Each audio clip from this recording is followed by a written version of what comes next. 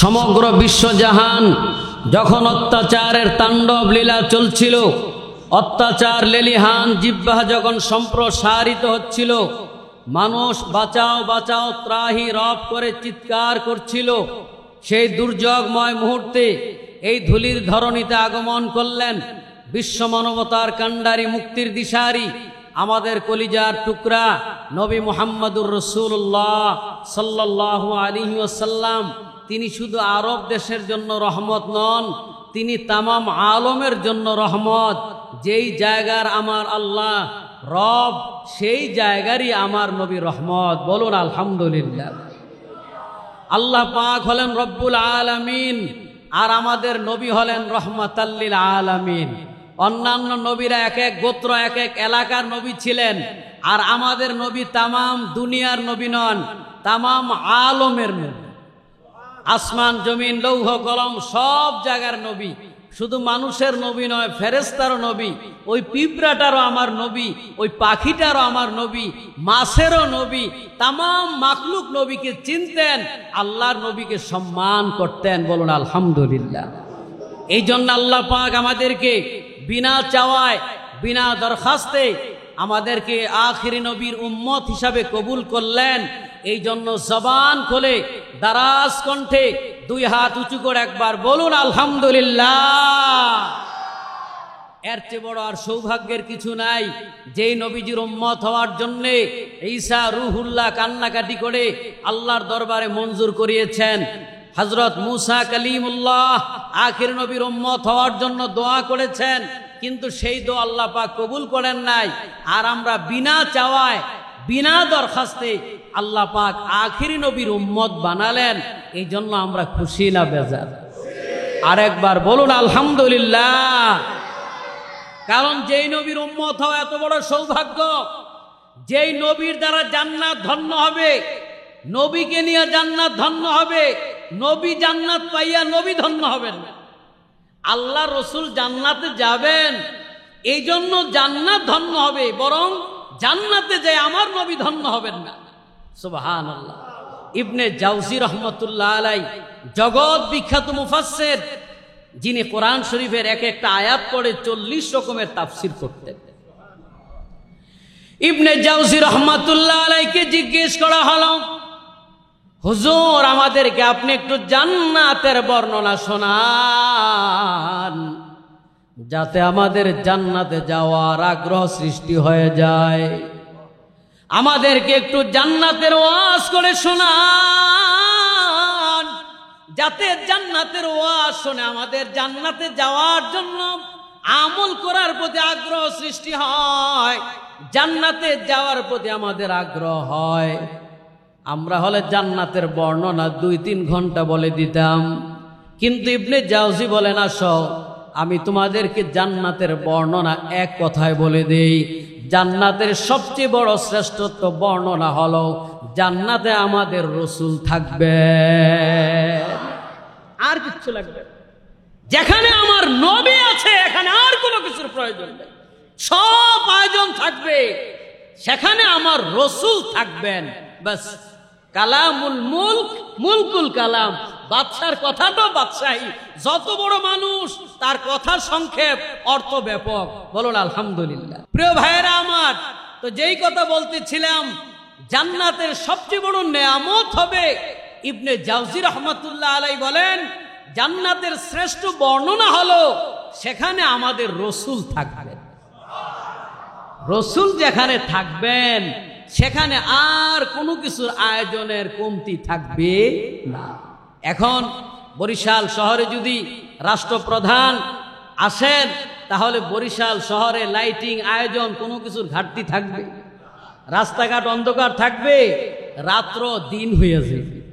তাহলে দুনিয়ার একজন রাষ্ট্রপ্রধান যে আজ আছে কাল নাই, আজকে সম্মান আছে কালকে জেলখানার ভাত খায়, অথচ আমাদের নবী যিনি 2 জাহানের বাদশাহ, যাকে জান্নাতে যিনি না ঢুকা পর্যন্ত কোনো পয়গম্বর জান্নাতে ঢুকতে পারবে না, সেই নবী জান্নাতে থাকবেন। সেই রাসূলুল্লাহর সঙ্গে আমরা জান্নাতে থাকতে চাই কি চাই না? কি কে কে চাই না? রে তাকবীর। এখন জান্নাতে থাকার জন্যে আমাদের কিছু কাজ করা লাগবে কিনা? কি জোরে বলে লাগবে কিনা? আল্লাহ রসুলের সঙ্গে যদি জান্নাতে থাকতে চাই, আমাদের জীবনটাকে রসুলে পাকের নমুনায় গড়তে হবে। কার নমুনায়? জোরে বলেন, কার নমুনায়? এ ভাইরাম, আল্লাহ রসুল বলেন, আউলান নাসি বিয়াউমাল কিয়ামাতি আকসারুহুম আলাইয়া সালাতান। ও আমার উম্মতেরা শোনো, তোমরা যদি আমার সঙ্গে জান্নাতে থাকতে চাও, তোমাদের আমলনামায় অধিক পরিমাণ দরুদ শরীফ রাখবা। আউলান নাসি বিয়াউমাল কিয়ামাতি আকসারুহুম আলাইয়া সালাতান, যার আমলনামায় অধিক পরিমাণ দরুদ শরীফ থাকবে, আল্লাহ রসুল বলেন সে আমার সঙ্গে জান্নাতে থাকবে। তাহলে রসুল পাকের সঙ্গে যদি জান্নাতে থাকতে চাও, তাহলে তোমার আমলনামায় অধিক পরিমাণ দরুদ শরীফ রাখো। সকাল সন্ধ্যায় আল্লাহ রসুলের উপরে দরুদ শরীফ পাঠ করো। এ ভাইরাম, আল্লাহ রসুলের উপরে দরুদ শরীফ, এটা শুধু মানুষ নয়, দুনিয়ার তামাম মাখলুক ফেরেশতারা পর্যন্ত আল্লাহ রসুলের উপরে দরুদ সালাম পাঠ করে। এ ভাইরা, আল্লাহ রব্বুল আলামিন তিনিও আমার নবীর উপরে রহমত দরুদ পাঠান। এই দরুদ আল্লাহ পড়ার মানে হলো আল্লাহ আমাদের মতো পড়েন না। এই দরুদের বিভিন্ন অর্থ তথা আল্লাহ রব্বুল আলামিনও আল্লাহ রসুলের উপর সবসময় রহমত নাজিল করতে থাকেন। তার মানে নবীজির উপরে আল্লাহ পাক দরুদ পড়তে থাকেন।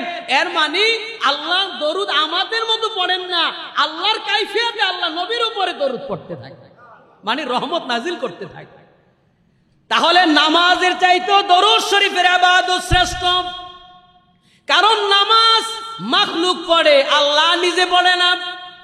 এ বাবা, নামাজ মানুষ পড়ে, নামাজ ফেরেশতা পড়ে না। ফেরেশতার আল্লাহ শুধু তাসবিহ পাঠ করে। রোজা মানুষ পড়ে, আল্লাহ রোজা রাখে না। যাকাত মানুষ দেয়, যাকাত আল্লাহ দেয় না। বহু ইবাদত মাখলুক করে, আল্লাহ করে না।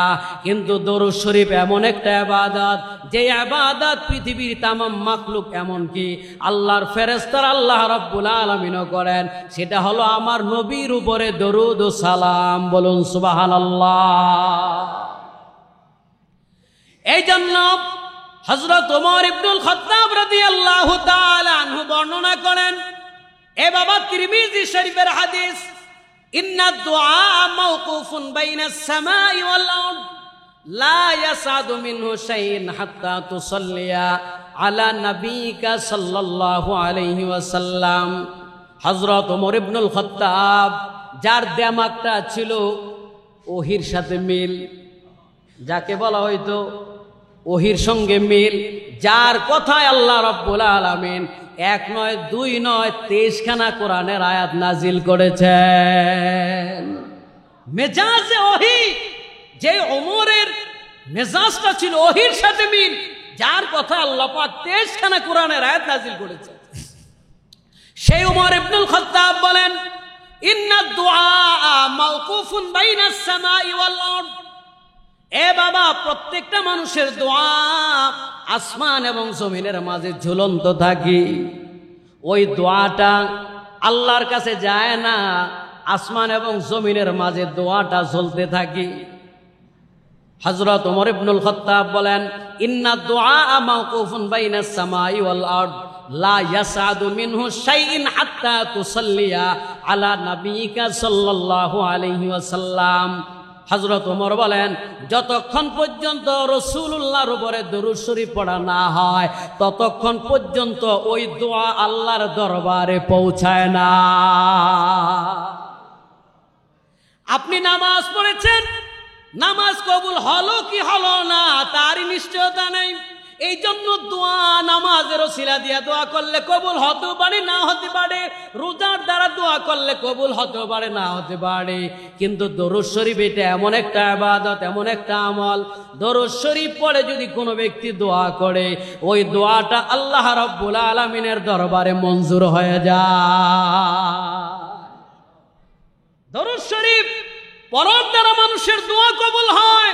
আরে বাবা, শুধু দোয়া না, আমরা যে দুনিয়ায় আসছি, আমরা যে হালাল জাদা বলছেন তো, হারাম জাদার বিপরীত।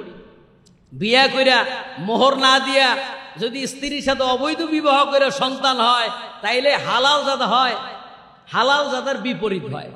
তাহলে পৃথিবীতে সর্বপ্রথম আমাদের আম্মাজান হাওয়া আলাইহিস সালামকে আমাদের আব্বাজান আদম আলাইহিস সালাম বিবাহ করেছিলেন, আর সেই বিবাহের মোহর ছিল কি টাকা?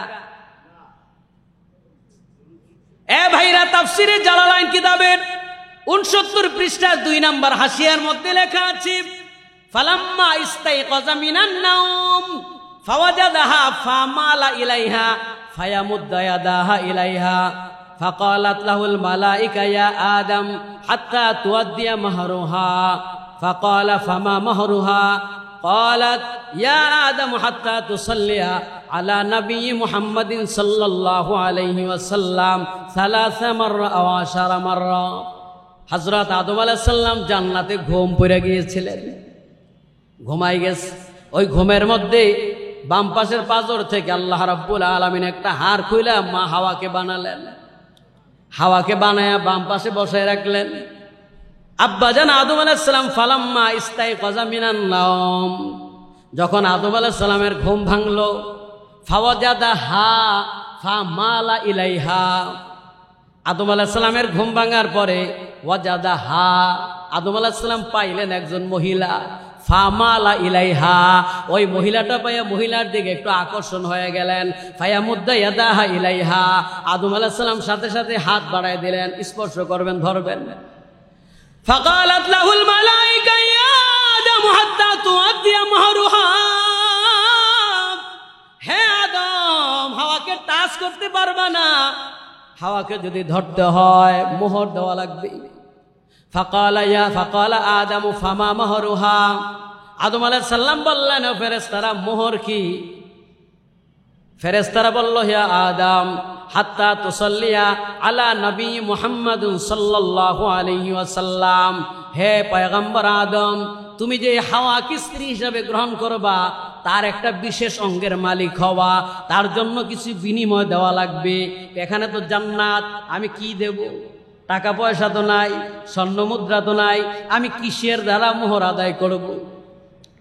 ফেরেশতারা বলে, আদম, হাত্তা তুসাল্লি আলা নবী মুহাম্মাদিন সাল্লাল্লাহু আলাইহি ওয়াসাল্লাম, ও আদম গো, তুমি হাওয়াকে যদি স্ত্রী হিসাবে বানাতে চাও, কিছু তো দেওয়া লাগবে। তবে কি দেবা? আল্লাহ পাক জানিয়ে দিয়েছে, জান্নাতে তুমি ফয়সালা শুনে নাও, তোমারই সন্তান হবে আখিরি পয়গম্বর সুলতান মদিনা নবী মুহাম্মদুর রাসূলুল্লাহ। তার উপরে তুমি 3 বার অথবা 7 বার অথবা 10 বার, 3টা riwayat আছে, তুমি আদম পয়গম্বর, তুমি আখিরি নবীর উপরে দরুদ শরীফ পড়ে নাও, তুমি আদম এবং হাওয়ার বিবাহের মোহর আদায় হয়ে যাবে। আরো জোরে বলেন আল্লাহু আকবার। এখন পর্যন্ত আদম দুনিয়ায় আসে নাই, কিন্তু আমার নবীর খেলা আসমানে শুরু হয়ে গেছে, আমার নবীর প্রেমের খেলা আসমানে শুরু হয়ে গেছে। নবীজির উপরে দরুদ শরীফ পড়ার দ্বারা আদম হাওয়ার বিয়া শুরু হয়ে গেছে, নবীজির প্রেমের খেলা শুরু হয়ে গেছে। ওই জান্নাত থেকে আদম আলাইহিস সালাম দুনিয়া এখনো পর্যন্ত আসে নাই। আল্লাহর নবী বলেন, ইন্নী ইনদাল্লাহি মাকতুবুন খাতামুন নাবিয়িন ওয়া ইন্না আদম লামুজাদিলুন ফি তিনাতিহি। আল্লাহর নবী বলেন, ও আমার সাহাবীরা, ও আমার দুনিয়ার উম্মতেরা, শোনো, আমি ওই মুহূর্তে আল্লাহর দরবারে আখিরি নবী হিসাবে লিপিবদ্ধ। যখন আদম নবীকে আল্লাহ পাক বানাবেন বলে মাটির খামিরা তৈরি করতেছে, আদম বানায় নাই, আদম এখনো হয় নাই, তখন আমি আল্লাহর দরবারে নবী হয়ে গেছি। তাহলে আমরা কেমন নবীর উম্মত? যেই নবীর প্রেম দুনিয়ার মাখলুক সব সৃষ্টির পূর্বে আমার নবীকে আল্লাহ পাক বানিয়েছেন। একবার চিৎকার দিয়ে বলুন আলহামদুলিল্লাহ। এই জন্য ভাইয়েরা আমার, আল্লাহ রসুল দুনিয়াতে আসার পূর্ব থেকে রসুলের প্রেম শুরু হয়ে গেছে। এই প্রেমের খেলা রসুল্লাহর জিন্দিগিতে ছিল। সাহাবায়ে কেরাম 1.5 লক্ষ সাহাবী আল্লাহ রসুলকে ভালোবাসা তারা ধন্য হয়েছেন। কাফের মুশরিকেরা রাসূলুল্লাহর ভালোবাসা পায় নাই, তাদের কপাল পড়েছেন। এই জন্য নবীজিকে যে যত বেশি ভালোবাসতে পারবে তার ঈমান তত বেশি হবে। আমাদের ঈমানের মাপকাঠি হলো যার মধ্যে রাসূলের প্রেম যত বেশি হবে তার ঈমান তত বেশি হবে, আর যার মধ্যে রাসূল বিদ্বেষ বেশি থাকবে, রাসূলের প্রেম ভালোবাসা কম থাকবে, তার ঈমানের মধ্যে তত গন্ডগোল থাকবে। এই জন্য আমরা রাসূলের আশিক হতে চাই কি চাই না? এটা কি মুখে না বাস্তবে, নামে না কামে?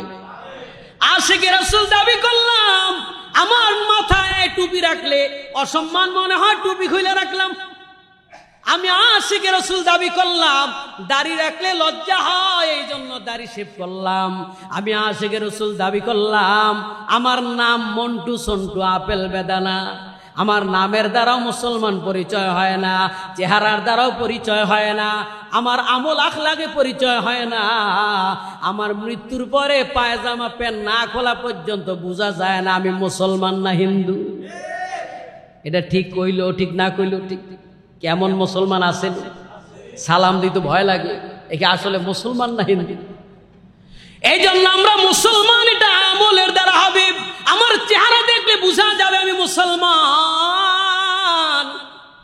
আমার মাথায় টুপি থাকবে, আমার চেহারায় দাড়ি থাকবে, আমার পোশাক সুন্নত আমার রাসূলুল্লাহর মতো জামা হবে। মানুষ কি বলল সেটা আসে যায় না। আমার মাথার চুল থেকে পায়ের নখ পর্যন্ত আল্লাহ রসুলের নমুনা আমাদের জীবন গড়তে হবে। জোরে বলেন ঠিক কিনা? সাহাবায়ে কেরাম আল্লাহ রসুলের একটা ছোট থেকে ছোট সুন্নত বাদ দেয় নাই। আরে আর আমরা যোহরের সুন্নতি পড়ি না, কোন রকম এসে জামাত পড়া দেয়, দেউর ফরজ পড়া। আর সাহাবায়ে কেরাম নবীজির একটা সুন্নত বাদ দেয় নাই। আব্দুল্লাহ ইবনে ওমর রাদিয়াল্লাহু তাআলা আনহু তিনি আল্লাহ রসুলকে এমন ভাবে পদাঙ্ক অনুসরণ করতেন, আল্লাহ রসুল ফজরের সুন্নত পড়ে একটু বিশ্রাম করতেন, এরপরে ফজরের ইমামতিতে হাইয়া আলাস সালাহ বললে তিনি হুজরা শরীফ থেকে আসতেন। এই জন্য ফজরের সুন্নতের পর ফরজের মাঝখানে একটু শোয়া সুন্নত। শোয়া কি সুন্নত? তাহাজ্জুদের পর ফজরের আগে একটু বিশ্রাম করা সুন্নত। নবীজি তাহাজ্জুদ পরে একটু ঘুমাইতেন, এরপরে ওইটা ফজরের আজান হইলে সুন্নত পড়তেন, এরপরে একটু বিশ্রাম কইরা এরপরে ফজরের জামাত পড়তেন। এই সুন্নতের আমলের লোক এখনো আছে। এ বাবা, আমার একজন ওস্তাদ স্যার সিনেমা মাদ্রাসার ভাইস প্রিন্সিপাল, হুজুরের বাড়ি মেহেন্দিগঞ্জ। আমি হুজুরের বাড়ির মাহফিলে হুজুর আমার প্রধান অতিথি বানাই দিয়েছে। কত বড় আমলি মানুষ। বাড়িতে মাহফিল শেষ করতে করতে 2:30-3 বাজে গেছে। এখন ফজরের নামাজ পড়ে আবার ফার্স্ট টিভি সি বোর্ডে শর্ষিনে এসে ক্লাস ধরবে। ফজরের 15 মিনিট বাকি আছে মাত্র, তাড়াতাড়ি উঠে ওযু কইরা সুন্নত পড়ছে। এখন দেখি আর 10 মিনিট বাকি। এখন বলেন 10 মিনিট বাকি সূর্যোদয়, তাড়াতাড়ি ফরজ পড়া দরকার না? হুজুরের সুন্নত পইরা পাগড়ি পইরা যায় নামাজে শুইয়া পড়ছে। আমি বললাম ব্যাপার কি, হুজুরের স্বাস্থ্য খারাপ না মাথা ব্যথা? যায় নামাজে শুইয়া 2 মিনিট শুয়ে আবার উঠে একামত দেন, আল্লাহু আকবার, নামাজ পড়ে ফেলছে। ব্যাপার কি? হুজুরে বললেন 10 মিনিট যেহেতু আছে তো একটা সুন্নত বাদ দেবো কেন? এই জন্য সুন্নত ফরজের মাঝখানের বিশ্রামটা কইরা নিলেন। আপনারা তো এই সুন্নত জানেনও না, তাইলে যে ফরজ এবং সুন্নতের মাঝখানে একটু শুইয়া থাকা, বিশ্রাম করা সুন্নত, এই আল্লাহ রসুলের এই সুন্নতটাও এই যুগেও বহু হক্কানি ওলামায়ে কেরাম এই সাধারণ সুন্নতটা বাদ দেন না। এই জন্য ভাইয়েরা আমার, আল্লাহ রসুলের প্রত্যেকটা সুন্নতে হিকমতে পরিপূর্ণ। নবীজির প্রত্যেকটা সুন্নতের মধ্যে রয়েছে বিজ্ঞান। ওয়া ইউআল্লিমুহুমুল কিতাবা ওয়াল হিকমা। আল্লাহ রাব্বুল আলামিন কোরআনে হাকিমে বলে দিয়েছেন, আমার হাবিবুল্লাহর প্রত্যেকটা কথা, কাজ, মনসম্মতি, হিকমত, প্রত্যেকটা কাজের মধ্যে বিজ্ঞানে ভরপুর। বলুন সুবহানাল্লাহ। এই জন্যে রাসূলুল্লাহর প্রত্যেকটা সুন্নতের আমল করা। এ ভাইরা, আমরা সুন্নত একটা বাদ দিতে দিতে এখন সমাজে সুন্নতি নাই। আজকে একদল লোক বলে দাড়ি রাখা যাবে না, দাড়ি এক মুষ্টি রাখা ওয়াজিব, দাড়ি রাখা সুন্নত নয়। অনেকে মনে করে দাড়ি রাখা সুন্নত, আর সুন্নতের আমল না করলে কি হইবে? দাড়ি রাখা ওয়াজিব, তরিকায় সুন্নত, আমলি ফরজ। মা আতাকুমুর রাসূলু ফাখুযুহু ওয়া মা নাহাকুম আনহু ফান্তাহু। এই আয়াত দ্বারা প্রমাণ করে দাড়ি রাখা ওয়াজিব। এই জন্য এক মুষ্টি দাড়ি রাখা ওয়াজিব। তার ছোট যদি কেউ রাখে, দাড়ি ছাটে কাটে, তাইলে কামানো ছাটা একই সমান অপরাধ। আপনি দাড়ি রাখেন নাই, বয়সের কারণে, বন্ধুর পালায় পরে, পরিবেশের কারণে আপনি অপরাধ স্বীকার করে যদি শেষ জীবনও দাড়ি রাখেন, আর আল্লাহর কাছে তওবা করেন, আল্লাহ ভুল হয়ে গেছে, বুঝি নাই, দাড়ি রাখতে পারি নাই, মাফ করে দেন, আল্লাহ মাফ করবে। কিন্তু আপনি দাড়ি রাখেন নাই আর ফতোয়া দেন দাড়ি এক মুষ্টি রাখা লাগবে না, পুরুষ আর মহিলার পার্থক্য হইলে চলবে, কোন রকম একটু রাখলেই হইবে। তাইলে আপনি করলেন তো একে হারাম কাজ, আবার ওই হারামটাকে সমাজে বাস্তবায়ন করার জন্য আপনি ফতোয়াবাজি করলেন, এটা রাসূলুল্লাহর সুন্নতের সঙ্গে আপনি গাদ্দারি করলেন। তাইলে বলো না রে বাবা, কিয়ামতের দিন সে রাসূলুল্লাহর শাফাত পাইবেনি। এই জন্যে আল্লাহ রসুলের সুন্নত তুমি পালন করতে পারো নাই রে ভাই। এই জন্য সমাজ এখন পাওয়ার হয়ে গেছে, উৎপাত বেড়ে গেছে। তোমার আকীদাগুলি প্রকাশের জন্য ব্যস্ত হইও না। তুমি রাসূলুল্লাহর সুন্নতের উপরে যদি আমল না করতে পারো, সেই বেদনা নিয়ে মরো, এটাও নাজাতের ওসিলা হবে। কিন্তু তোমার আচরণে, কথাবার্তা যদি আল্লাহ রসুল কষ্ট পাইয়া যায়, এটা কিয়ামতের দিন তোমার জন্য বড় লাঞ্ছনার কারণ হবে। এই জন্যে আল্লাহ রসুলের প্রত্যেকটা সুন্নত আমরা ভক্তি ভরে ধরব। আর ইমাম নববী রহমতুল্লাহ আলাইহি, এই যুগের মানুষ সুন্নত জানে অনেক, তো বললাম যে ফজর সুন্নত এবং ফরজের মাঝখানে একটু বিশ্রাম করা সুন্নত, কয়েকজনে বলছে হুজুর জানি না। আর ইমাম নববী রহমতুল্লাহ আলাইহি তার ওফাতের সময় ছাত্রদেরকে পাশে বলতেছে, ও ছাত্ররা এদিকে আসো রে বাবা, তোমরা তো সর্বদা আমার পাশে ছিলা। আমার জানা মতে আমি রাসূলুল্লাহর একটা সুন্নত কোনোদিন বাদ দেই নাই। তোমাদের জানা মতে দেখো না আমার দ্বারা কোনো সুন্নত বাদ গেছেনি। আমি মৃত্যু শয্যায় শায়িত, হয়তো বা দুনিয়া বেশি দিন থাকবো না।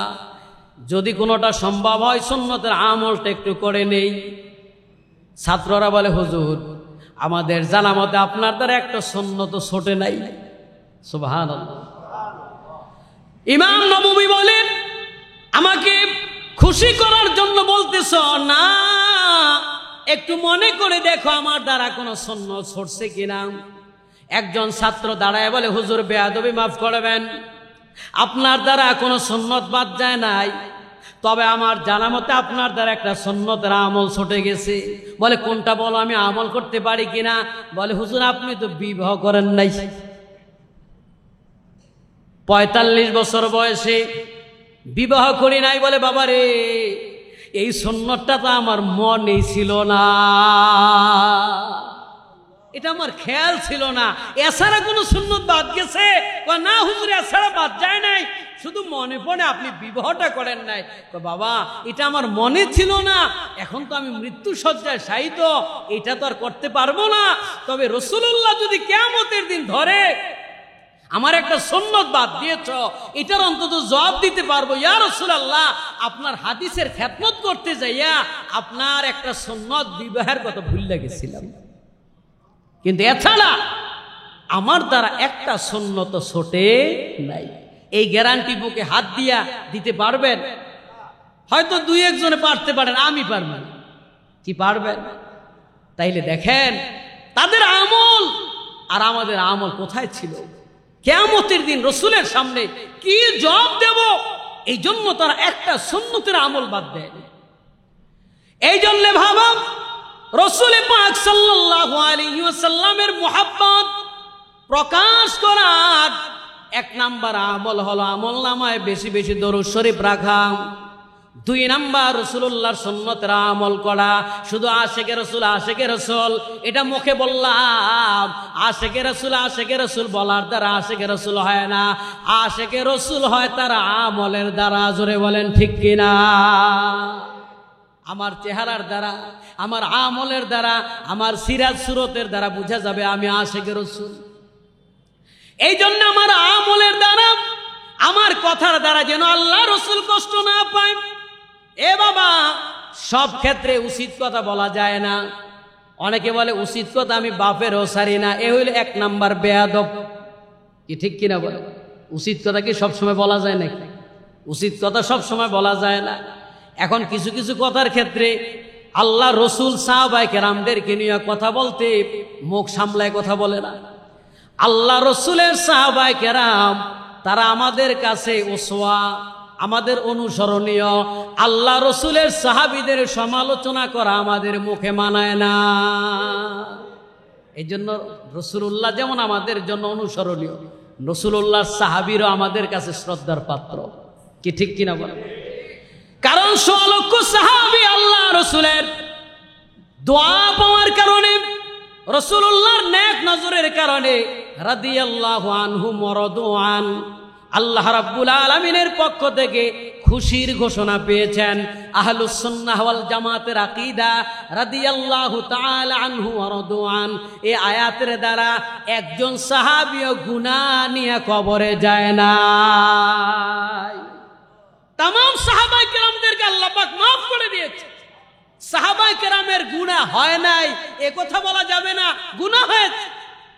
এ ভাইরা, নবীর গুনাহ নাই, तमाम পয়গম্বর নিষ্পাপ মাসুম, আর तमाम সাহাবায়ে কেরাম, तमाम আউলিয়া কেরাম মাহফুজ। নবী রাসূলদের গুনাহ নাই, আর সাহাবায়ে কেরাম ওলিদের গুনাহ আছে, আল্লাহ হেফাজত করছে। তাইলে तमाम পয়গম্বর মাসুম আর तमाम সাহাবায়ে কেরাম মাহফুজ। সাহাবায়ে কেরামরা গুনাহ করেছেন কিন্তু আল্লাহ মাফ করে দিয়েছে। যদি সাহাবায়ে কেরামের গুনাহ না হইতো, বহু শরীয়তের আইন আমরা বুঝতাম না। কথা বোঝেন? আমি এখন ওযুর নিয়মটা আপনাদেরকে শিখাবো। এখন ওযুর নিয়মটা শিখাইতে গিয়ে মাথা মাসে করলাম। এই মাথা মাসে করতে যে টুপিটা খুলে দেখান লাগলো কিনা? কথা কা এই মিয়া সাহেব, টুপিটা খুলে দেখানো লাগলো কিনা? এখন এই টুপি ছাড়া কিছু সময় থাকাটা আপনার জন্য আমার জন্য অপরাধ না? আপনি তো টুপি খুললেই বসে রয়েছেন। আর সাহাবায়ে কেরাম, ওলি বুজুর্গ, এরা টুপি ছাড়া একটা মুহূর্ত থাকতে আল্লাহর সামনে লজ্জা বোধ করত। তাইলে টুপি ছাড়া থাকাটা এটাও একটা সামান্য অপরাধ। সাপোজ মনে করেন ফরজ তরক হয় কিভাবে? হাঁটুর উপরে কাপড় উঠলে ফরজ তরক। এটা যদি প্র্যাকটিক্যাল দেখায় তাইলে এটা কি দেখানো সম্ভব? ওস্তাদ কি দেখাইতে পারে? তাইলে একটা বাচ্চা না আমি যদি একটু দেখাই দিই প্র্যাকটিক্যাল, তাইলে আপনাদের বুঝতে সহজ হবে কিনা? এখন এই বাচ্চার দ্বারা যদি এই কাজটা আমি না করাই, আপনারা এই জিনিসটা আমি বুঝাইতে কঠিন হয়ে যায়। আল্লাহ রসুল এরকম বিভিন্ন শরীয়তের আইন উম্মতের মাঝে সহজে করে বুঝানোর জন্য সাহাবায়ে কেরামের দ্বারা চুরির আইন, জিনার কাজ, এরকম বিভিন্ন কাজ আল্লাহ তাআলা সংগঠিত করাইয়া কোরআনের আয়াত নাজিল কইরা আমাদেরকে এগুলি শিখাইয়া দিয়েছেন। বলেন সুবহান। যাতে করে আমাদের জন্য সহজ হয়। এর মানে সাহাবায়ে কেরাম অপরাধী না, রাদিয়াল্লাহু আনহুম ওয়া রাদু আন। সাহাবীরা আল্লাহর প্রতি খুশি, আল্লাহ সাহাবীদের প্রতি খুশি। আমরা কি আল্লাহর প্রতি খুশি? না না। কে কইছে? মিথ্যা কথা। যে কইছেন আল্লাহর প্রতি খুশি, চরম মিথ্যা কথা বলছেন। কারণ টাকা পয়সা দিলে খুশি, অভাবে পড়লে গালিগালাজ শুরু করে দেয়। কি ঠিক কিনা বলেন? যদি মন মতো হয় আলহামদুলিল্লাহ, একটু মনের ব্যতিক্রম হইলে আল্লাহ আর পাইছে, আমার ছাড়া আর কেউ পায়নি। কে আছে কি নেই? আর সাহাবায়ে কেরাম যেই হালে ছিল আলহামদুলিল্লাহ। এই জন্যে আল্লাহর প্রতি খুশি থাকা, এটা সাহাবায়ে কেরাম 100% আল্লাহর প্রতি সন্তুষ্ট ছিলেন। আর এই ঘোষণা দিয়েছেন কে? আল্লাহ। এই জন্য দেখেন সাহাবায়ে কেরাম এরা কত ভয় পাইতেন রসুলকে। আমরা তো রসুলের রওজার কাছে যাই, হজ করতে যাইয়া রসুলের রওজার কাছে সেলফি তোলে, রসুলের রওজার কাছে যে মোবাইলে ভিডিও করে, মনে করে রসুল তো মইরা গইলা শেষ হয়ে গেছে। আকীদা থাকলে তো ছবি তুলতেই পারে। কিন্তু আল্লাহ রসুল রওজা মুবারক থেকে উম্মতকে দেখতেছেন কিনা বলেন? কি রসুলে পাকের রওজার কাছে যারা হাঁটতেছেন, কি রসুল কি দেখতেছেন কিনা? তাহলে আল্লাহ রসুলের সামনে সাহাবায়ে কেরাম যেমন আদব নিয়ে চলতেন, সেই আদব নিয়ে তো থাকতে হবে। কিন্তু একদল লোক হজ করতে যায়, পিকনিক করতে যায়, রসুলের রওজার কাছে যায় সেলফি তুলতে যায়। এ ভাইরা, আল্লাহ রসুলের সঙ্গে বেয়াদবি করা যাবে না। যদি রসুলের সঙ্গে বেয়াদবি হয়ে যায়, দুনিয়াও শেষ, আখিরাতও শেষ হয়ে যায়। এই জন্যে আমার আচরণ, আমার কথাবার্তার দ্বারা অন্তত যেন আল্লাহর রসুল কষ্ট না পায়। এই জন্য রসুলের সাহাবিদের সম্পর্কে যদি বাজে মন্তব্য করে, আমার রসুল কষ্ট পাবে কিনা? ওমর রাদিয়াল্লাহু তাআলা আনহুকে গালি দিলে আমার রসুল কষ্ট পাবে কিনা? মুআবিয়া রাদিয়াল্লাহু তাআলা আনহুকে গালি দিলে আমার রসুল কষ্ট পাবে কিনা? এই জন্য এমন আচরণ করা যাবে না যেন আমার রসুল কষ্ট পায়। কারণ আল্লাহ রসুলকে কষ্ট দিলে কি ফয়সালা, তাও আল্লাহ পাক কোরআনে হাকিমের মধ্যে দিয়ে দিছে। বলেন না সুবহান। এ ভাইরাম, সাহাবায়ে কেরাম নবীজিকে ভয় পাইতেন যদি কিছু ভালো কাজ করে, যেমন আল্লাহর পক্ষ থেকে পুরস্কার চলে আসতো। আর সাহাবীদের দ্বারা যদি রাসূলুল্লাহর সঙ্গে কোনো বেয়াদবি হয়ে যায়, সাথে সাথে আল্লাহর পক্ষ থেকে তিরস্কারের আয়াত নাজিল হইয়া যাইত। সরাসরি পুরস্কার, আবার সরাসরি কি তিরস্কার। এই জন্য এখন তার ওহী নাজিল হবে না। কি ওহী নাজিল হবে? কিন্তু তখন তো ওহীর দরজা খোলা। এই জন্য আরবের একজন সম্ভ্রান্ত মানুষ, বড় ব্যবসায়িক ছিলেন, উকবা ইবনে আবি মুঈদ। বড় ধনাঢ্য মানুষ, বড় ব্যবসায়িক, কুরাইশদের মধ্যে একজন বড় ধনাঢ্য মানুষ ছিলেন উকবা ইবনে আবি মুঈদ। তিনি শাম সিরিয়ায় বড় বড় ব্যবসা থেকে আইসা এক এক মহল্লার মানুষদেরকে এক এক সপ্তাহ এক এক সময় দাওয়াত করে তিনি খাওয়াতেন। তিনি একবার বিশাল জিয়াফতের আয়োজন করলেন, খাবারের আয়োজন করলেন। তাতে কুরাইশ বংশের লোকদেরকে দাওয়াত দিবেন। এতে করে কুরাইশ বংশের লোকদেরকে দাওয়াত করতে যায় আল্লাহ রসুলকেও দাওয়াত দেওয়ার প্রয়োজন হয়ে যায়। কারণ রসুলুল্লাহ তো কুরাইশ বংশের একজন খানদানি মানুষ। রসুল ছোট থেকে ব্যক্তিত্ব সম্পন্ন, সম্ভ্রান্ত। এখন ওই মজলিসে নবীজিকে দাওয়াত না করে কোনো উপায় নাই। উকবা ইবনে আবি মুঈদ আল্লাহ রসুলের কাছে এসে দাওয়াত করলেন, ও মুহাম্মদ সাল্লাল্লাহু আলাইহি ওয়াসাল্লাম, তুমি আমার বাড়িতে যাবে, আমার বাড়িতে তোমার দাওয়াত, অমুক তারিখে আমার বাড়িতে যাবে। ওই এলাকার তামাম বংশীয় লোকদেরকে দাওয়াত করেছেন, তার সাথে আল্লাহ রসুলকেও দাওয়াত করেছেন। উকবা ইবনে আবি মুঈদ দাওয়াত দিয়েছেন। নবীজি ভাবলেন তার বাড়িতে যায় যেহেতু খাবই, এই সুযোগে একটা সুযোগ আদায় করে নিই। আল্লাহ রসুল বললেন, এ উকবা ইবনে আবি মুঈদ, তোমার বাড়িতে আমি খাবার গ্রহণ করতে পারি একটা শর্তে, তোমার ঈমান গ্রহণ করা লাগবে। তুমি যদি ঈমান গ্রহণ না করো, তোমার বাড়ির খাবার আমি খাইতে পারি না। সুযোগ মতো আল্লাহ রসুল শর্ত দিয়া বসছে। উকবা ইবনে আবি মুঈদ ভাবলেন, এই ভরপুর মজলিস থেকে যদি মুহাম্মদ চলে যায়, এটা আমার জন্য বড় লজ্জার ব্যাপার, এটা আমার শরমের ব্যাপার। কি করা যায়? শর্তটা মেনে নেই। আল্লাহ রসুল বললেন, হে উকবা ইবনে আবি মুঈদ, তুমি যদি কালেমা না পড়ো আমি খাবার খাবো না। উকবা ইবনে আবি মুঈদ বললেন, ইয়া রাসূলুল্লাহ, ঠিক আছে, আমি কালেমা পড়ে মুসলমান হয়ে গেলাম, আমাকে আপনি কালেমা পড়ায় দেন। আশহাদু আল্লা ইলাহা ইল্লাল্লাহু ওয়া আশহাদু আন্না মুহাম্মাদান আবদুহু ওয়া রাসূলুহু লা ইলাহা ইল্লাল্লাহু মুহাম্মাদুর রাসূলুল্লাহ সাল্লাল্লাহু আলাইহি ওয়াসাল্লাম। উকবা ইবনে আবি মুঈদ কালেমা পড়ে মুসলমান হয়ে যায়। আল্লাহ রসুল তার বাড়িতে খাওয়া দাওয়া করলেন। খাওয়া দাওয়া করে আল্লাহ রসুল চলে গেলেন। উকবা ইবনে আবি মুঈদের বন্ধু উবাই ইবনে খালদ বলেন, হে উকবা, আমি শুনতে পারলাম তুমি নাকি মুহাম্মদের উপর ঈমান এনেছো, মুসলমান হয়ে গেছো। তোমার সঙ্গে আমার কোনো সম্পর্ক নাই, উঠা বসা নাই, কথাবার্তা বন্ধ করে দিলাম। উকবা ইবনে আবি মুঈদ বলে, এ উবাই রে বন্ধু, মুহাম্মদ আমার বাড়িতে আসছে, খানা খাইবে না? যদি খানা না খেয়ে চলে যায় এটা আমার জন্য বড় লজ্জার ব্যাপার, এটা আমি বড় বেইজ্জতি হয়ে যাই। এই জন্য তাকে সান্ত্বনা দেওয়ার জন্য কোনো রকম একটু কালেমা পড়ছি, মন থেকে পড়ি নাই। না, তুমি মন থেকে পড়ো না, এই কথা বললে হবে না।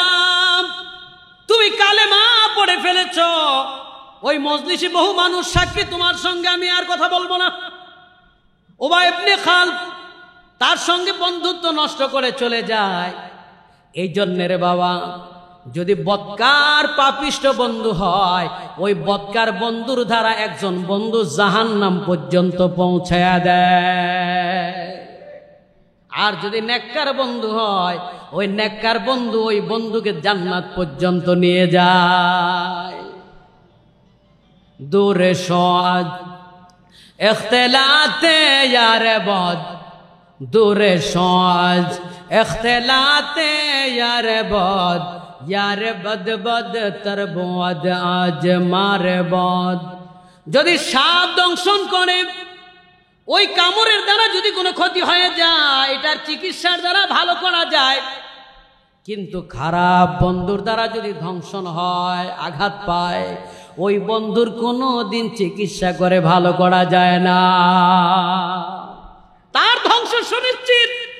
এই জন্য সাপের কামড়ের চিকিৎসা আছে, খারাপ বন্ধুর ধ্বংসনের চিকিৎসা নাই। এই জন্য তুমি কাকে বন্ধু বানাবা, ওই বন্ধুটাকে আগে নির্বাচন করবা। এই জন্য ভালো মানুষের সঙ্গে যদি তোমার বন্ধুত্ব থাকে, যার সাথে যার মহাব্বত, তার সাথে তার কিয়ামত। কি ঠিক কি? যে যাহাকে বাসলো ভালো,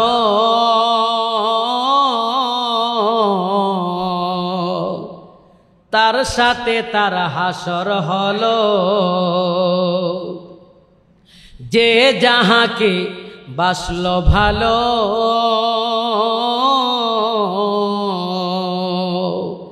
তার সাথে তার হাসর হলো। আমায় যদি বাসবি ভালো,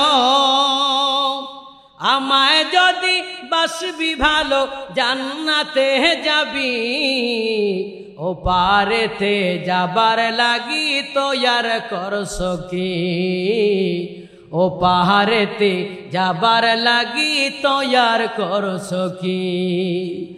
আর কিছু নয় রাসূল তোমায়, আর কিছু নয় রাসূল তোমায় ভালোবেসেছি। ও পাহাড়েতে যাবার লাগি তৈয়ার করছ কি, ও পাহাড়েতে যাবার লাগি তৈয়ার করছ কি। দুর্বল উম্মত মোরা,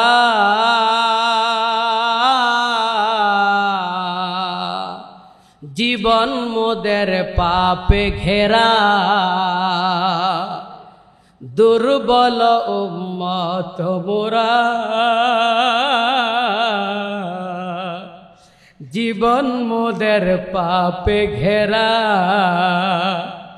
হাতে ধরে বানাও মোরে, হাতে ধরে বানাও মোরে উম্মত খাটি।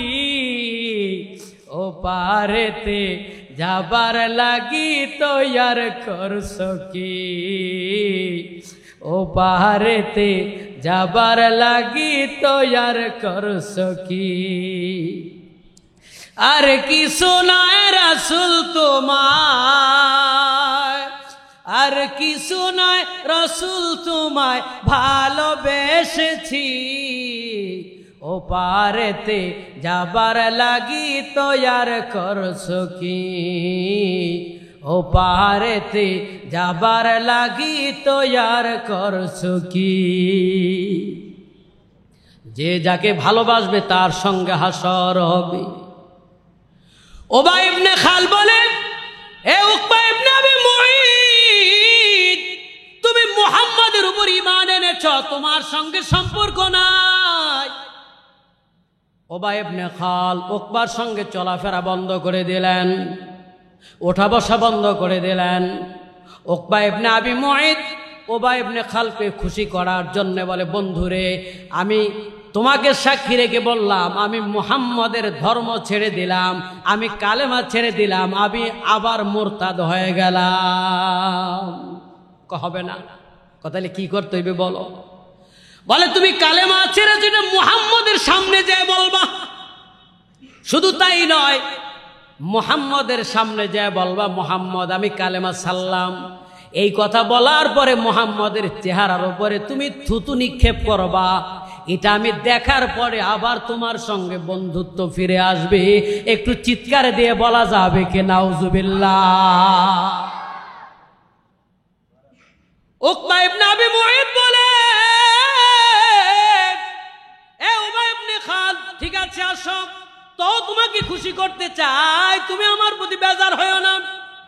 কপাল পোড়া উকবা ইবনে আবি মুঈত উবাই ইবনে খালদকে নিয়ে আল্লাহ রাসূলের দরবারে চলে যায়।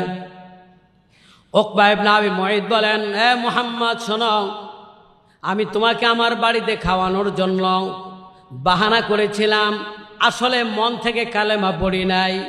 তোমার কালেমা তুমি ফেরত নিয়ে যাও, আমি আমার বন্ধুর দলে আবার চলে গেলাম। এই কথা বলে উকবা ইবনে আবি মুঈত আল্লাহ রসুলের নুরানি চেহারার মধ্যে একটু থুতু লাগাইয়া দেয়। আরো জোরে বলো নাউজুবিল্লাহ। কত বড় বেয়াদব উকবা ইবনে আবি মুঈত! আল্লাহ রসুলের নুরানি চেহারার দিকে তাকাইলে সাহাবায়ে কেরামের খিদা লাগতো না? আরে যেই নবীজির চেহারার দিকে তাকাইলে সাহাবায়ে কেরামের ক্ষুধা নিবারণ হয়ে যাইত। হযরত আবু হুরায়রা রাসূলুল্লাহর চেহারার দিকে তাকায় থাকতেন। 2 দিন 3 দিন পরে যদি সুযোগ পাইতেন একটু খেজুরের টুকরা খাইতেন। আবু হুরায়রা বলেন, আল্লাহ রসুলের চেহারা মুবারকের যদি তাকাইতাম হুজুরের চেহারাটার দিকে, আমার পেটের খিদা নিবারণ হইয়া যাইত। শিশু শিশু বাচ্চা সাহাবীরা নবীজির দরবারে আসলে বাড়ির কথা ভুলা যাইত। হযরত আনাস ইবনে মালিক রাদিয়াল্লাহু তাআলা আনহুকে তার মা উম্মে সুলাইম, আল্লাহ রসুল যখন মদিনায় হিজরত করে যায়, সাহাবায়ে কেরাম এক একটা উপঢৌকন নিয়ে নবীজির দরবারে হাজির হয়েছে। ইয়া রাসূলুল্লাহ, আপনি মদিনায় এসেছেন, আমি 3 দিন খানা খাই না, আপনার সঙ্গে খানা খাবো বলে হুজুর আমার বাড়িতে আসেন। ইয়া রাসূলুল্লাহ, আমি 7 দিন খাই না, আজকে আমার বাড়িতে আপনি খানা খাবেন। ইয়া রাসূলুল্লাহ, আমার সম্পদের 3 ভাগের 2 ভাগ আপনার জন্য দিয়া দিলাম, 1 ভাগ রেখে দিলাম। ইয়া রাসূলুল্লাহ, অর্ধেক আপনার জন্য রেখে দিলাম, অর্ধেক আমার জন্য রেখে দিলাম। এইভাবে সাহাবায়ে কেরাম সব রাসূলুল্লাহর জন্য ওয়াকফ করে দিলেন। অনেক সাহাবায়ে কেরাম বলি, ইয়া রাসূলুল্লাহ, আমার স্ত্রী 3 জন, 1 জন রেখে দিলাম, আর 2 জন আপনার জন্য দিয়ে দিলাম। সাহাবায়ে কেরামদেরকে দিয়ে দিয়ে উম্মে সুলাইম, হযরত আনাস 8 বছরের শিশু বাচ্চা, আনাসকে নিয়ে বলি, ইয়া রাসূলুল্লাহ, আমার শিশু ছেলে আনাসকে আপনার জন্য আমি নিয়ে আসছি। ইয়া রাসূলুল্লাহ, আমারে আনাসকে আমি এতদিন বসে শিখাইলাম আল্লাহ রসুলের হাতগুলা কেমনে চাপ দিবা, রসুলুল্লাহর মাথাটা কেমনে চাপবা, রসুলুল্লাহর কিভাবে খেদমত করবা, আল্লাহ রসুলের ওযু কেমনে করাবে, রসুলুল্লাহর কিভাবে তাহাজ্জুদের খেদমত করবে। ইয়া রাসূলুল্লাহ, আমার ছেলেটাকে আপনার খেদমতের জন্য তৈরি করে নিয়ে আসছি, মেহেরবানি করে আপনি আমার ছেলেটাকে একটু গ্রহণ করেন। হযরত আনাস 8 বছরের বাচ্চা, কতটুকু 10 বছর খেদমত করেছেন। হযরত আনাস বলেন, আল্লাহ রসুল আমাকে একটা ধমক দেন নাই, আনাস তুমি এই কাজটা কেন করেছো, এই কাজটা কেন করো নাই, এই কথা বলে নবীজি ধমক দেন নাই। কত উত্তম চরিত্র! ইন্নাকা লাআলা খুলুকিন আযীম। আম্মা জান আয়েশা বলেন, নবীজিকে আল্লাহ পাক শ্রেষ্ঠ চরিত্রের সার্টিফাই করেছেন। হাজারো নবীজির গুণ আছেন, তবে একটা বড় গুণ হলো ছোট ছোট বাচ্চারা যদি নবীজির কাছে যে বলতো, ইয়া রাসূলুল্লাহ একটু কথা বলবো, আল্লাহ রসুল এমন ভাবে ঝুঁকে যাইতেন ওই শিশু বাচ্চাটা জাগায় বৈশা দাঁড়াই কথা বলতে পারতেন। কথাটা বুঝাইতে পারিনি। আমরা যদি বলতাম বলো, নিজে তো অটল, আর নবীজি কাছে যে বলো, এমন ভাবে নবী বিনয়ী হয়ে যেতেন যেন নবীজি শিশু, ওই শিশুটা বড় মানুষ। নবীজি এত বিনয়ী ছিলেন। শিশু বাচ্চারাও নবীজির আচরণে মুগ্ধ হয়ে গেছে, গোটা আরব বিশ্ব মুগ্ধ হয়ে গেছে। কিন্তু কপাল পড়া উকবা ইবনে আবি মুঈত আল্লাহ রসুলের নুরানি চেহারা মুবারকে থুতু মেরে তার কপাল পুড়ে গেল। সাথে সাথে আল্লাহ পাক জিবরিল আমিনকে পাঠাই দিলেন, জিবরাইল যাও আমার হাবিবুল্লাহর কাছে ওহী পৌঁছে দাও। আরো জোরে বলবেন না সুবহানাল্লাহ। আল্লাহ রাব্বুল আলামিন জানাই দিলেন, ও জিবরাইল চলে যাও আমার রাসূলুল্লাহর কাছে পৌঁছে দাও। উকবা ইবনে আবি মুঈত আপনার সঙ্গে বেয়াদবির ফলাফল ওয়ায়াউমা ইয়াউদ্দু যালিমু আলা ইয়াদাইহি, কিয়ামতের দিন উকবা ইবনে আবি মুঈত তার হাতে সে নিজে নিজে কামড়াইতে থাকবে। বলেন নাউজুবিল্লাহ। এটা তার শাস্তি। আল্লাহ রসুলের চেহারা মুবারকে লালাব থুতু মারার কারণে, নবীজির সঙ্গে বেয়াদবির কারণে এই শাস্তি আল্লাহ পাক কোরআনে হাকিমে সূরা ফুরকানে 2খানা আয়াত নাজিল করে দিলেন। উকবা ইবনে আবি মুঈত, উবাই ইবনে খালদ এই দুইজন বেয়াদবের কারণে আল্লাহ পাক জানাই দিলেন ওয়ায়াউমা ইয়াউদ্দু যালিমু আলা ইয়াদাইহি, আর সেই দিন ওই সীমালঙ্ঘনকারী ওই বেয়াদবেরা তাদের নিজ হাতে কামড়াইতে থাকবে আর আফসোস করতে থাকবে। ইয়াকুলু, আর আফসোস করে বলবে ইয়া লাইতানি ইত্তাখাযতু মা'আর রাসূলি সাবিলা। উকবা ইবনে আবি মুঈত আফসোস করে বলবেন, হায় আফসোস, দুনিয়ায় যদি রাসূলুল্লাহর পথ ধরে থাকতাম কতই না ভালো হইতো। আমি রাসূলুল্লাহর পথ ছেড়ে দিলাম। ইয়া ওয়াইলাতা লাইতানি লাম আত্তাখিয ফুলানান খলিলা। হায় হায়, আমি অমুককে কেন বন্ধু হিসাবে গ্রহণ করলাম। ওই উবাই ইবনে খালদ, ওই ফুলান আত্তাখিয ফুলানান খলিলা, ওই অমুককে কেন আমি বন্ধু হিসাবে গ্রহণ করলাম, এই আফসোস করতে থাকবে। ওই আফসোসের কোনো ফলাফল হবে না, হবে না, হবে না। তাহলে উকবা ইবনে আবি মুঈত, উবাই ইবনে খালদ এই দুই বেয়াদব রাসূলুল্লাহর সঙ্গে বেয়াদবির কারণে কিয়ামতের দিন তাদের হাত কামড়াইতে থাকবে। এই শাস্তি মুফাসসিরিনে কেরাম বলেন কিয়ামত পর্যন্ত যত মানুষ রাসূলুল্লাহর সঙ্গে বেয়াদবি করবে কিয়ামতের দিন তাদের শাস্তি হবে তাদের নিজের দাঁত দ্বারা নিজের হাত কামড়াইতে থাকবে। এই জন্যে আমাদের কথার দ্বারা, কাজের দ্বারা রাসূলুল্লাহর সঙ্গে যেন বেয়াদবি না হয় এই খেয়াল রাখতে হবে। আগুন নিয়ে খেলা করা যাবে না। একদল লোক বেয়াদব আছে না নাই? সাহাবায়ে কেরাম সম্পর্কে কি বলতে হয় তাই বুঝেন, রাসূলুল্লাহ সম্পর্কে কথা বলে কি বলতে হইবে বুঝে না। রাসূলের স্ত্রীর আমাদের মা, মাদের সম্পর্কে কিভাবে কথা বলতে হইবে বুঝে না। তাহলে আল্লাহ রাসূলের স্ত্রী মা খাদিজাতুল কুবরা রাদিয়াল্লাহু তাআলা আনহা, যার ওফাতের পর নবীজি যার কবরের কাছে যে কান্না করতেন, এখন সেই মা খাদিজাকে যদি কেউ গালি দেয়, তাকে নিয়ে যদি অপবাদ দেয়, বলেন আল্লাহ রাসূল কষ্ট পাবে কিনা? কি জোরে বলেন, পাবে কিনা?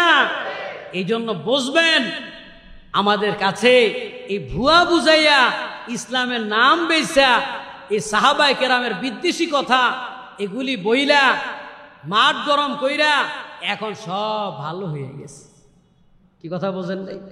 ভোটের জন্য সব ভালো হয়ে যায় না, নির্বাচনের আগে সবাই টুপি পরে সবাই ভালো হয়, সারা বছর যেই অবস্থাটা ওইটাই হলো হাকিকি অবস্থা। কি জোরে বলেন ঠিক কিনা? এই জন্য বেয়াদবে রাসূলদের সাথে আমাদের কোনো সম্পর্ক কি? আল্লাহ রাসূলের সাথে যাদের দুশ্মনী তাদের সাথে কি আমাদের কোনো সম্পর্ক আছে?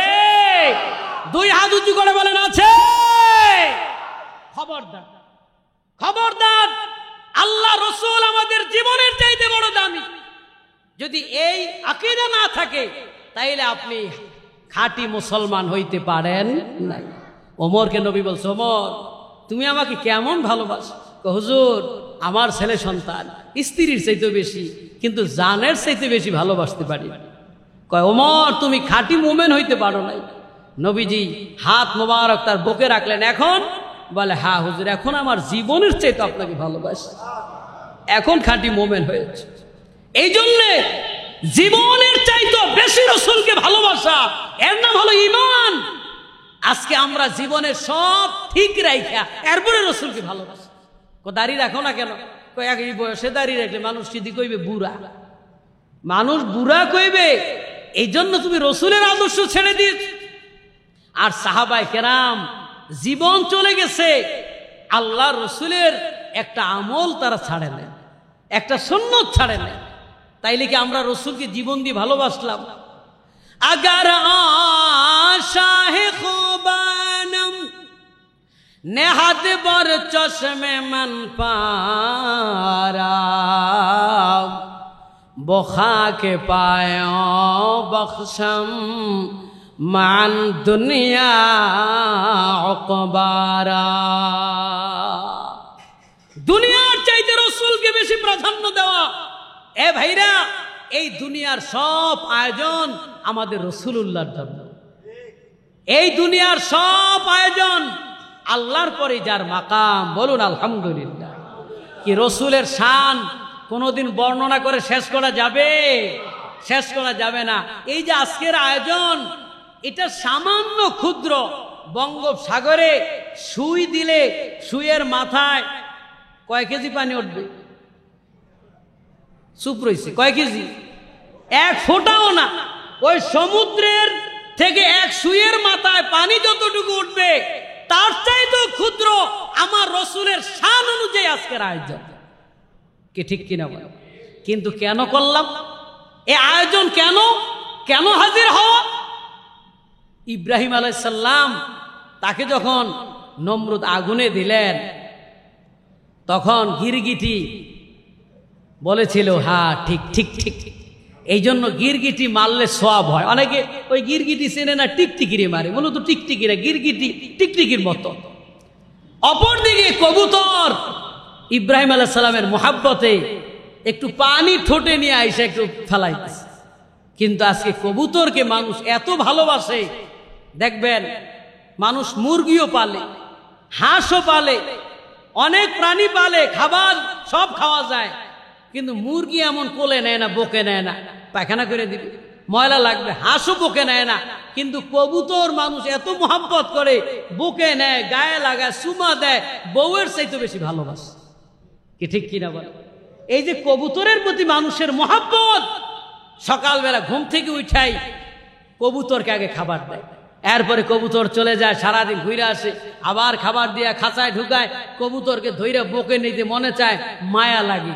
এই যে কবুতরের প্রতি আল্লাহ পাক কিয়ামত পর্যন্ত মানুষের প্রতি মোহাব্বত সৃষ্টি করে দিলেন, এটা আল্লাহর পয়গম্বর ইব্রাহিম খলিলুল্লাহর প্রতি মোহাব্বতের কারণে।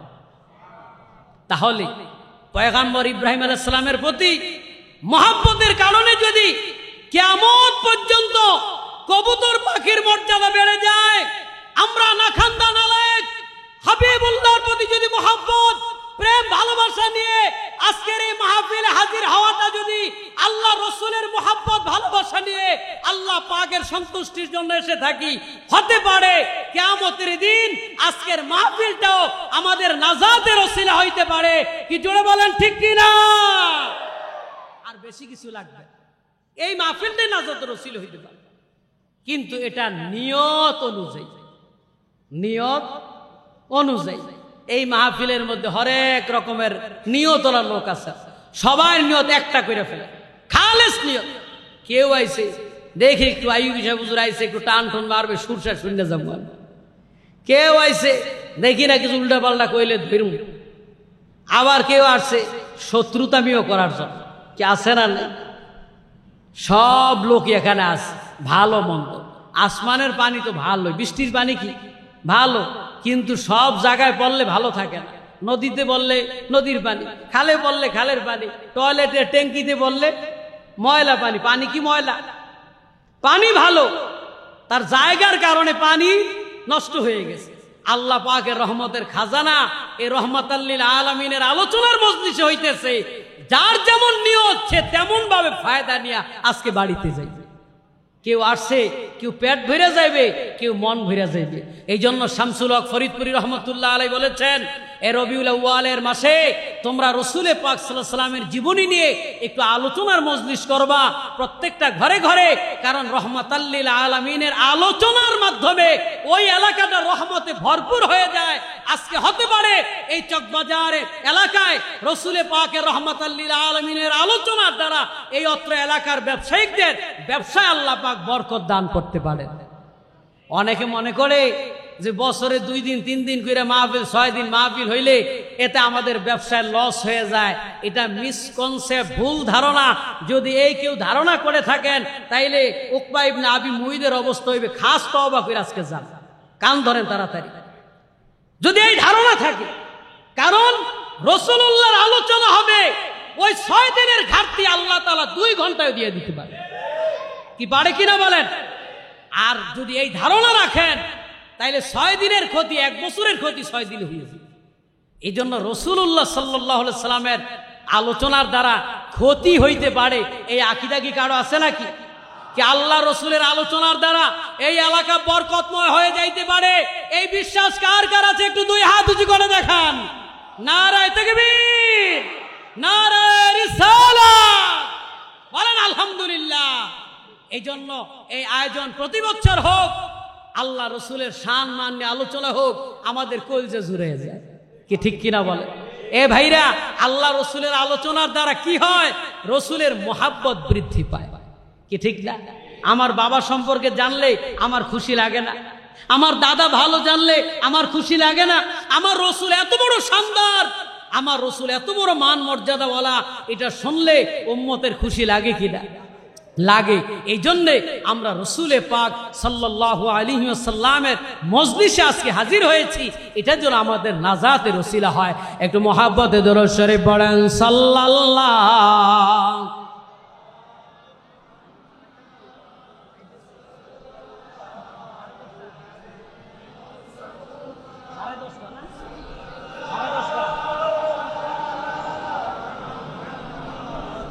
সাল্লাল্লাহু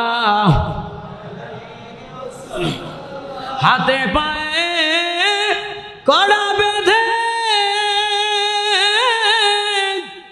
নিবে যখন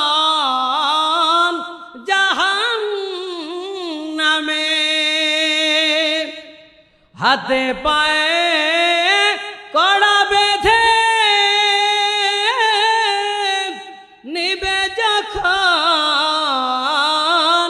জাহান্নামে,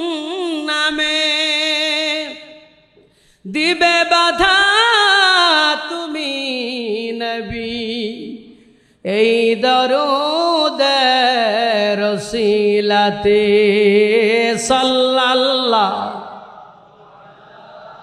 মুহাম্মদ সাল্লাল্লাহু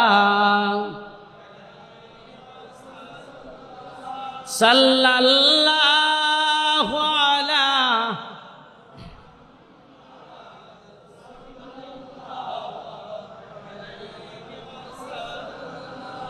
প্রিয় ভাইরা আমার, আল্লাহ রসুলের মোহাব্বত আমাদের জীবনের চাইতে দামি। যে যত বড় ইমানদার তার মধ্যে রসুলের প্রেম তত বেশি থাকবে। আজকে আমাদের ইমানের এমন অবস্থা হয়েছে, নবীজিকে যদি গালিও দেয় কষ্ট লাগে না। কষ্ট লাগবে কেমনে? কারণ রসুল সম্পর্কে তো জানেই না। আজকে যদি একজন যুবককে জিজ্ঞেস করা হয়, এ যুবক 10 জন নায়িকার নাম বলে দাও, এক শ্বাসে বলে দিবে। কিন্তু আল্লাহ রসুলের 5 জন স্ত্রীর নাম বলো, বলতে পারবে না। যদি বলে যুবক তুমি 10 জন খেলোয়াড়ের নাম বলে দাও, 10 জন খেলোয়াড়ের নাম বলে দিবে। আশারায়ে মুবাশশারা 10 জন সাহাবীর নাম বলো, বলতে পারবে না। তার কারণ হলো আল্লাহ রসুলের জীবনী আমাদের পড়া হয় না। কি ঠিক কিনা বলেন? এখানে বহু মানুষ আওয়ামী লীগ বিএনপি করেন, জামাত ইসলাম করেন, চরমনার মুরিদ আছেন, শর্ষিনার মুরিদ আছেন, কি আছে না নাই? আওয়ামী লীগ যারা করে শেখ মুজিবের জীবনী পুরো খতম, বিএনপি যারা করে জিয়াউর রহমানের জীবনী খতম, যারা চরমনায়ের মুরিদ, চরমনায়ের মরহুম পীর সাহেব কেবলা রহমতুল্লাহ আলাইহির দয়ার জীবনী পড়ে শেষ করছে, শর্ষিনার মুরিদ যারা শর্ষিনার মরহম পীর সাহেবদের জীবনী পড়ে শেষ করছে। কিন্তু আফসোসের ব্যাপার, আমরা রাসূলুল্লাহর উম্মত দাবি করি। আমি যদি জিজ্ঞেস করি, এই বরিশাল জামে আবাদুল্লাহ মসজিদ এখানে যারা আছেন, আল্লাহ রসুলের জীবনী একটা আগা টুকুরা খতম করেছেন, 5 জন লোক হাত তুলতে পারবে কিনা সন্দেহ? কি ঠিক কিনা? তাহলে আল্লাহ রসুলের আগা টুকুরা একটা ছোট্ট হোক, একটা জীবনী শেষ করা চাই। রাসূলুল্লাহর জীবনী A to Z একটা নজরে থাকা। এ বাবা, বিশাল জীবনী যদি না পারেন, অন্তত ছোট একটা জীবনী হোক। কারণ আল্লাহ রসুলের আগাটু গোড়া জীবনী জানা কোনো মানুষের সম্ভব না। কারণ আল্লাহ রসুলের জীবনী লিখতে লিখতে দুনিয়া শেষ হয়ে যাবে, রসুলের জীবনী শেষ হবে না। আল্লাহ রসুলের গোটা জীবনী বলাও শেষ হবে না, আল্লাহ রসুলের জীবনী গাওয়াও শেষ হবে না, আল্লাহ রসুলের গোটা জীবনী নিয়ে গবেষণাও শেষ হবে না। কি ঠিক? কিন্তু অন্তত একটা ছোট্ট জীবনী আমাদের ঘরে থাকা। এ ভাইরে, নবী তো রহমাতাল লিল আলামিন। যদি রহমতের নবীর জীবনীটা ঘরে থাকে, তাইলে আশা করা যায় অন্তত ওই ঘরের মধ্যে বিপদ আপদ হইবে। এই ভক্তি নিয়ে, মোহাব্বত নিয়ে আল্লাহ রসুলের একটা জীবনী সংগ্রহ করে রাখবেন। কি রাখবেন? একটু হাত তুলে দেখান না, রাখবেন? যে পারবেন না তুললেন না। আমি ওয়াদা করাই দিছি আল্লাহর সাক্ষী রেখে, যে জীবনী কিনতে পারবেন না, যার 200-300 টাকার অভাব আছে, সে হাত তুললেন না।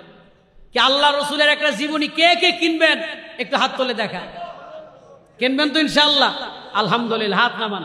যারা ওয়াদা করলেন নবীজির জীবনী, রহমতে দুজাহা অথবা নবী রহমত অথবা বিশ্ব নবীর জীবনী অথবা বিশ্ব নবী যে কোনো জীবনী, সিরাতে মুস্তাকিম, এরকম ছোট্ট থেকে ছোট্ট একটা জীবনী রাখবেন। ফাঁকে ফাঁকে পড়বেন, নিজে পড়তে পারেন না, ছেলেদেরকে দিয়ে পড়াবেন, নাতিপুতি দিয়ে পড়াবেন। অন্তত কোরআন শরীফ, ভাইরা, কোরআন শরীফের তাফসির পড়া আর রসুল পাক সাল্লাল্লাহু আলাইহি ওয়াসাল্লামের জীবনী পড়া দুটোই জরুরি। কারণ আল্লাহ রসুলের গোটা জীবনী হলো কোরআন। বলুন সুবহান। আল্লাহ রসুলের গোটা জীবন হলো কোরআন। এই জন্য রসুল পাকের জীবনীটা জানা এটা উম্মতের জন্য আবশ্যক। আপনি রসুল সম্পর্কে না জানলে আপনি রসুলের মতো জীবনটা কিভাবে সাজাইবেন? কি আমরা কি রসুলের মতো জীবনটা সাজাইতে চাই কি চাই না? কি জোরে বলেন, চাই কি না? তাইলে আজকে আমি আপনাদেরকে ছোট্ট দুই একটা আমলের কথা আমি আগেই বলছি, আমি বেশি তো কথা বলতে পারবো না। আর 2-4 মিনিট আমাদের প্রধান মেহমান তিনি এখনই চলে আসবেন। আল্লাহ রসুলের 1.25 লক্ষ সাহাবীর একজন সাহাবীরও কোনোদিন দাড়ি ছাটে নাই, কাটে না, কেউ দেখাইতে পারবে। তাইলে যারা বলে পুরুষ আর মহিলার পার্থক্য হইলেই চলবে, এরা কি ঠিক? বিশেষ করে এই নিমদারিগুলো কাটবেন না।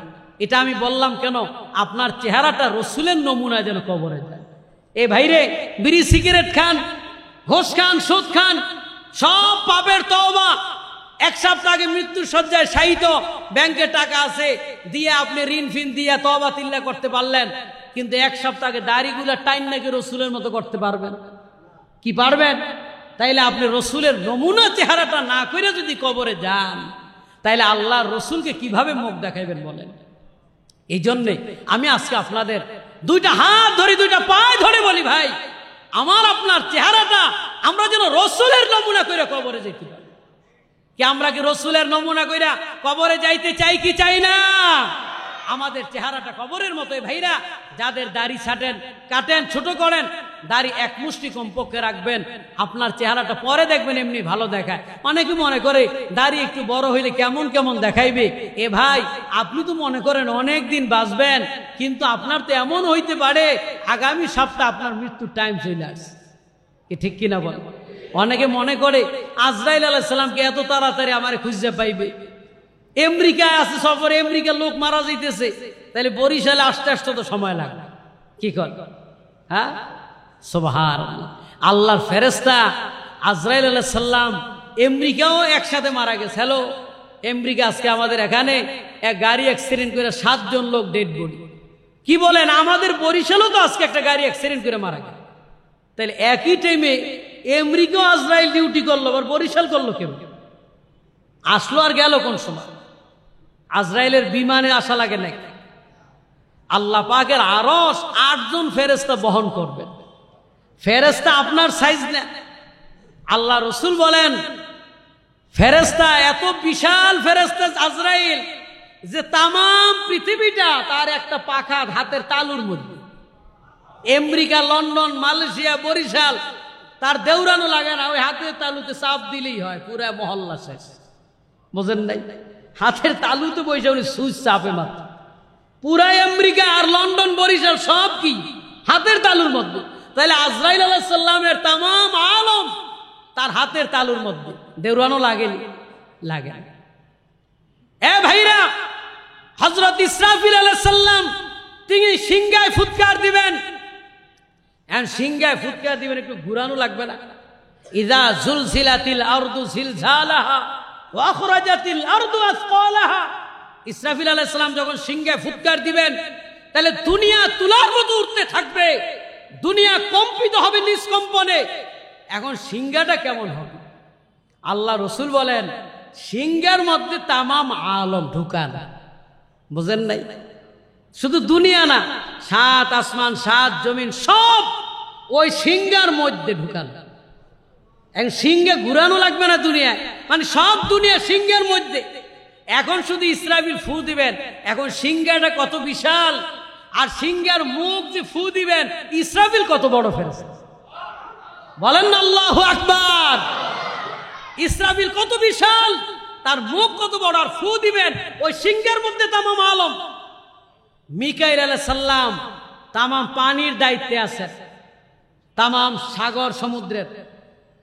নারায়ে তাকবীর, নারায়ে তাকবীর।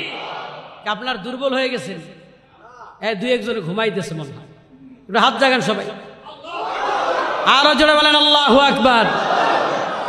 বক্তা নরম না, খালেদ সাইফুল আইয়ুবী সাহেব হুজুর দাড়ি সব পাইকে গেছে, কিন্তু এখনো তারুণ্যের ভাব আছে, কি ঠিক কিনা বলেন? হুঙ্কার দিলে দেখবেন সব কাঁপতে থাকবে ইনশাআল্লাহ। অতএব আপনারা যদি দুর্বল হয়ে যান, তেনে যান, বুড়া যারা আছেন তাড়াতাড়ি লাড়াছাড়া দিয়ে জুয়ান হন। সকলে একটু দুই হাত উঁচু তাকবীর দেন, নারায়ে তাকবীর, নারায়ে রিসালাত, আহলুস সুন্নাহ ওয়াল জামাত, বরিশাল জামে আবাদুল্লাহ মসজিদ।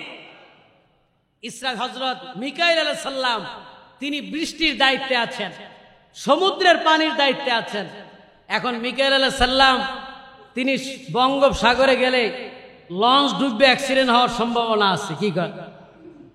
আল্লাহ রসুল বলেন মিকাইল আলাইহিস সালাম এত বিশাল, যদি তামাম পৃথিবীর পানিগুলা যদি মিকাইল আলাইহিস সালামের মাথায় ঢালা হয়, গড়াইয়া পানি পড়ার পূর্বে শুকিয়ে যাবে। বলেন সুবহানাল্লাহ।